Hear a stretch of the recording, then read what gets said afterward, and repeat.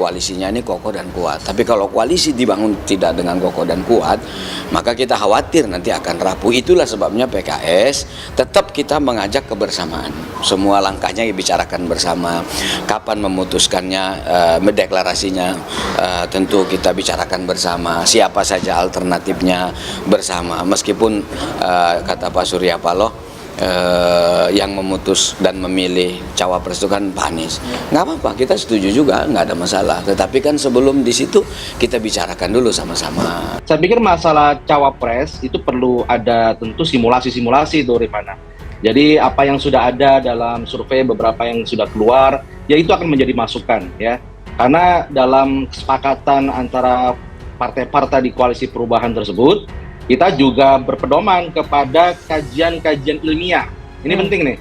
Sehingga keputusan-keputusan strategis yang diambil itu bukan like and dislike ya, tapi rasionalitas yang akan kita kaji secara ilmiah. Kalau ternyata bukan AHY yang menjadi pasangan yang diinginkan oleh Anies dan diumumkan, apakah Partai Demokrat akan mundur dari koalisi ini? Jadi bukan persoalan Mas Ketum misalnya menjadi wakil atau bukan wakil, kita ini mau menang, kriterianya sudah kita bahas sama-sama, ayo kita diskusikan. Ya, artinya terbuka peluang Anda di Partai Demokrat, partainya Pak SBY ini menerima kalau bukan Mas AHY sebagai wakil ya? Justru ketika ada statement yang menuduh bahwa jangan-jangan kalau bukan AHY Demokrat akan balik kanan, kita juga dengan logika yang sama bisa mempertanyakan, kok resisten banget sama AHY, jangan-jangan kalau Mas Anies pilih AHY, lo yang balik kanan. Bagus ini pada bagiannya. Sejak awal kalau mau jujur sebenarnya koalisi perubahan ini adalah koalisi yang sebenarnya sangat terpaksa. Karena sudah tidak ada opsi-opsi untuk pindah ke lain hati. Demokrat itu sudah telanjur menyatakan dirinya sebagai kelompok oposisi yang sangat anti dengan Jokowi. Begitupun dengan PKS yang rasa-rasanya memang iman politiknya nggak mungkin bergabung dengan pemerintah.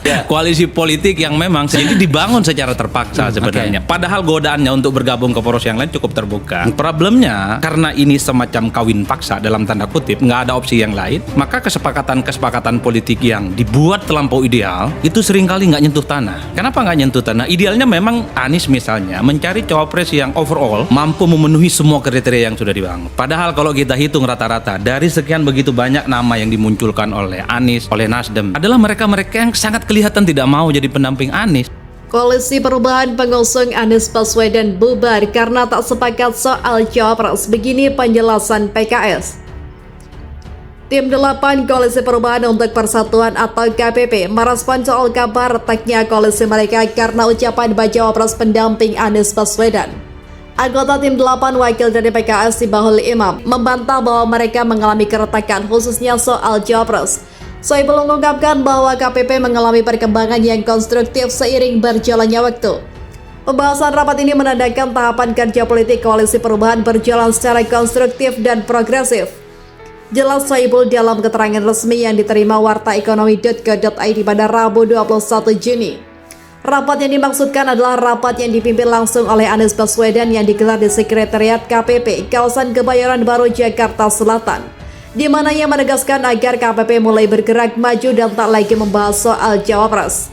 Menurut Soebul, dengan pembahasan rapat yang dipimpin Anies tersebut menegaskan bahwa KPP siap bertarung di Pilpres 2024.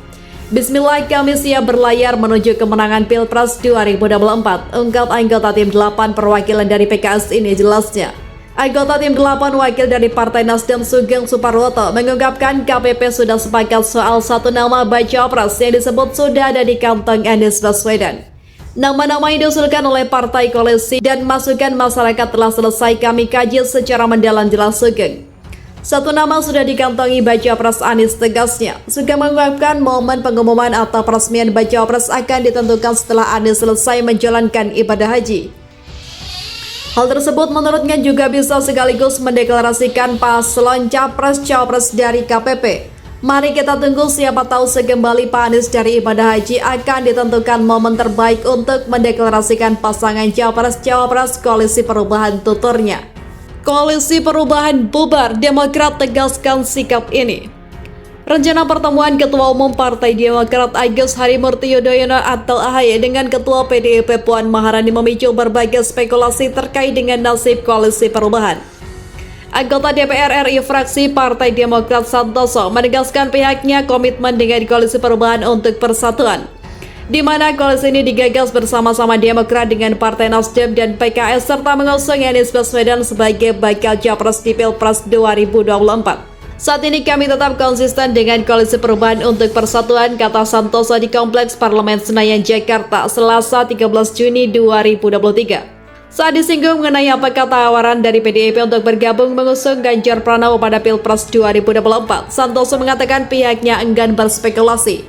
Santoso lalu memberikan klaim bahwa Demokrat tidak mempunyai rekam jejak inkonsisten. Buktinya, kata dia, selama 10 tahun terakhir partainya komitmen menjalankan peran politik di luar pemerintahan Presiden Joko Widodo. Politik memang tidak hitam putih, abu-abu dan dinamis, tapi kami yakin bahwa Demokrat DNA-nya adalah DNA yang konsisten. Ya, doakan semoga kami istiqomah dan imannya makin kuat, imbuhnya. Sebelumnya, Puan Maharani menyebut beberapa nama diusulkan menjadi cawapres Ganjar Pranowo, termasuk diantaranya adalah AHY. Gayung bersambut, beberapa waktu lalu Sekjen PDIP dan Sekjen Partai Demokrat melakukan pertemuan, kemudian akan dilanjutkan dengan pertemuan antara AHY dan Puan, yang waktunya masih belum ditentukan.